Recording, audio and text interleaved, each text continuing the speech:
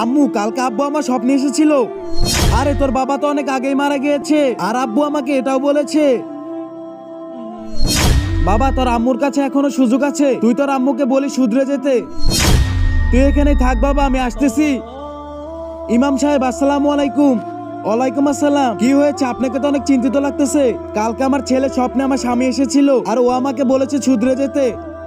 কালকে আমি কবরস্থানে গিয়েছিলাম। আমি ওইখানে যেয়ে দেখলাম একটা কবরের উপরে প্রচুর আযাব হইতাছে। আমাকে বাঁচাও, আমার কবরে অনেক আযাব হইতাছে।